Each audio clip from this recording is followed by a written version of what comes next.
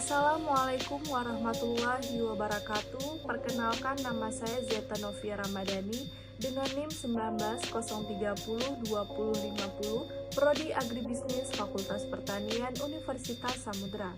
Pada kesempatan kali ini di tugas mata kuliah Ekonomi Produksi, saya akan menjelaskan bagaimana penggunaan aplikasi software Frontier 4.1.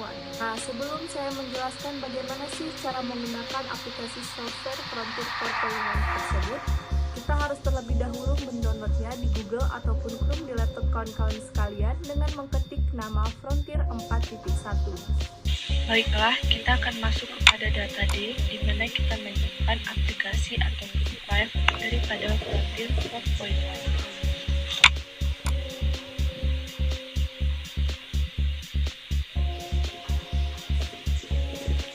Nah, di sini sebelum kita menganalisis datanya menggunakan aplikasi Frontier 4.1 ini, kita sudah memiliki data yang tersedia di eg1.xls.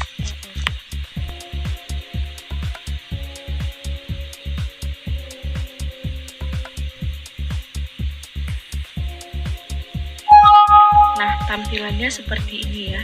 Yang dapat kita ketahui di sini ada variabel Y, X1 hingga X5. Lalu kita mengcopy semua data sebanyak 60 data ini hingga batas di X5. Lalu kita klik kanan, kita klik di copy, dan kita pastekan pada halaman baru atau bisa di sheet 2. Maka akan jadi seperti ini ya, jika sudah kita pastekan. Kemudian kita dapat men-save-nya atau menyimpan file ini.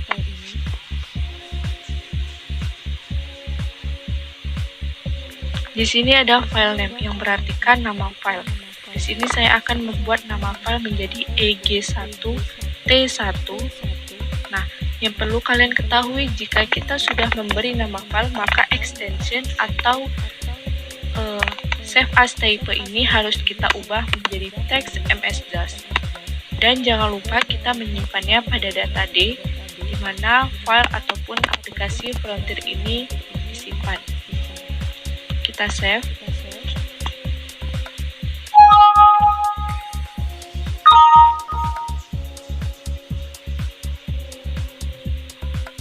Lalu kita bisa meninggalkan jendela Microsoft Excel ini.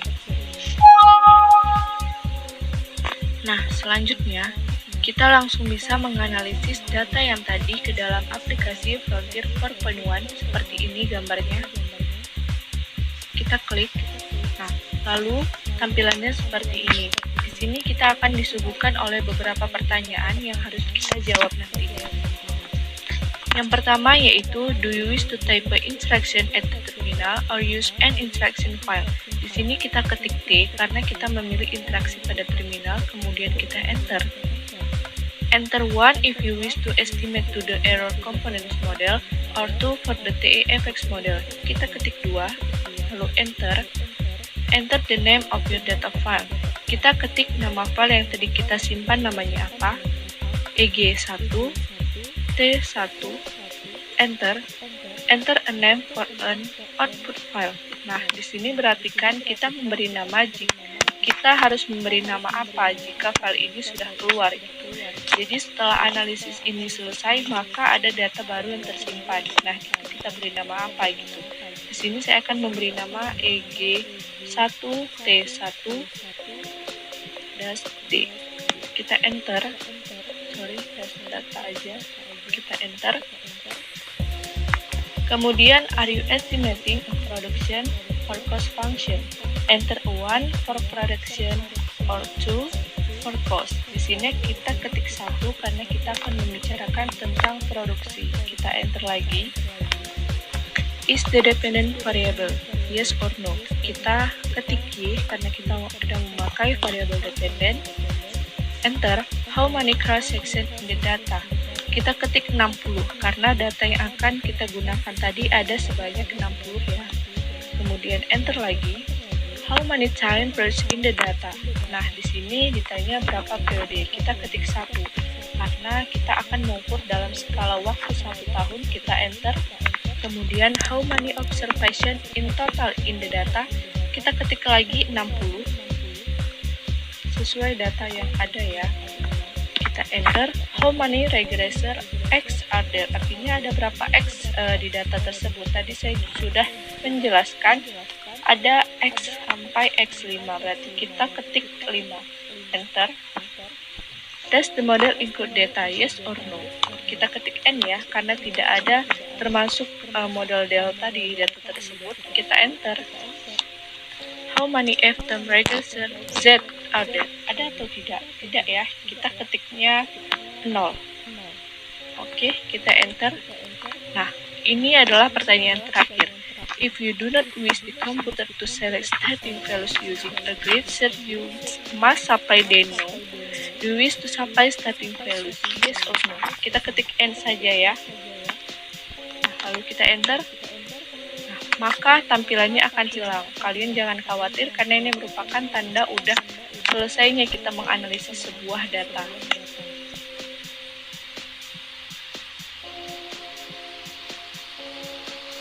File yang kalian buat tadi setelah kalian melakukan analisis. Di sini saya buat tadi EG1, T1 data, lalu kita mengklik. Nah, tampilannya akan seperti ini. Di sini memuat ya, dimana kita memperoleh data-data yang kita inginkan untuk dapat kita interpretasikan. Nah, di sini ada interaction file, data file, kemudian ada DOS estimates R, di mana kita dapat melihat ya, di sini ada beta 0, beta 1 hingga beta 5.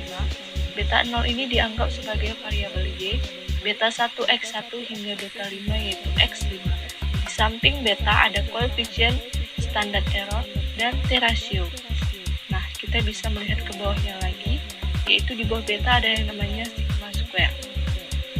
Kemudian ada juga the final MLA estimates R. Sama ya, diketahui ada beta, koefisien, standard error, dan T-ratio. Dan di sini juga terdapat penambahan yaitu gamma. Kemudian kita lihat lagi number of row section-nya punya 60, number of time periods-nya 1.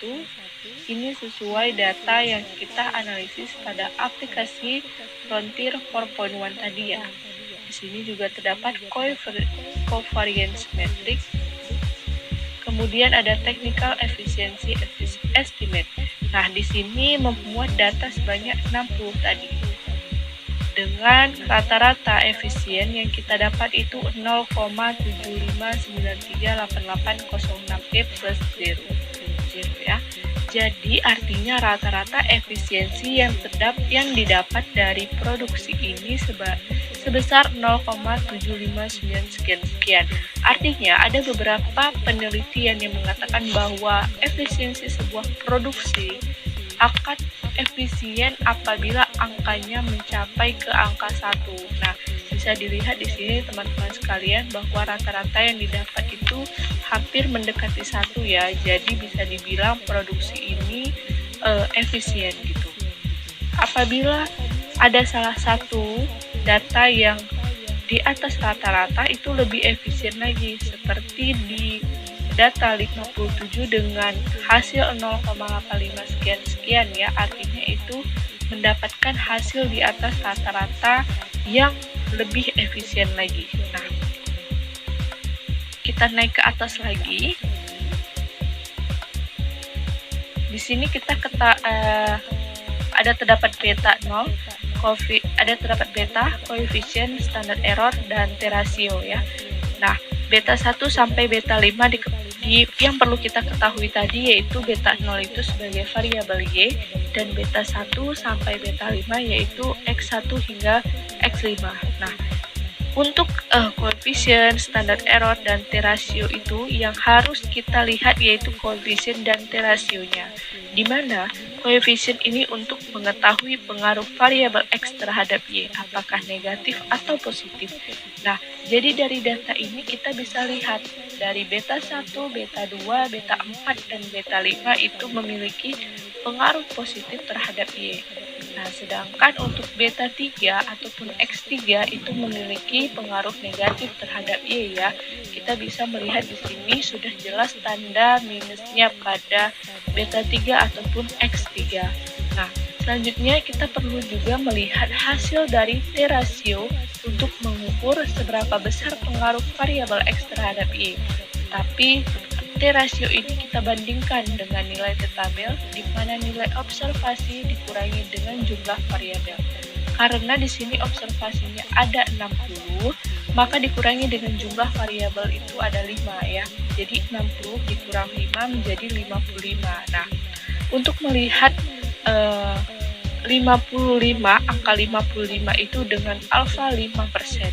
Nah, dengan menunjukkan di 0,67898. Kalau kita bandingkan dengan beta 1 ya, kalau kita bandingkan dengan beta 1 atau X1 ini sebesar 0,219, maka diartikan T-ratio ini lebih besar daripada T-tabel. Artinya X1 ataupun beta 1 ini tidak memiliki pengaruh terhadap Y. Begitu juga dengan beta 2, beta 3, dan beta 5 gitu.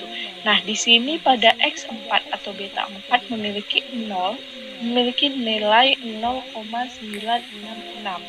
Artinya T-ratio lebih besar daripada T-tabel ya, yang menandakan bahwa X4 itu sangat berpengaruh terhadap Y.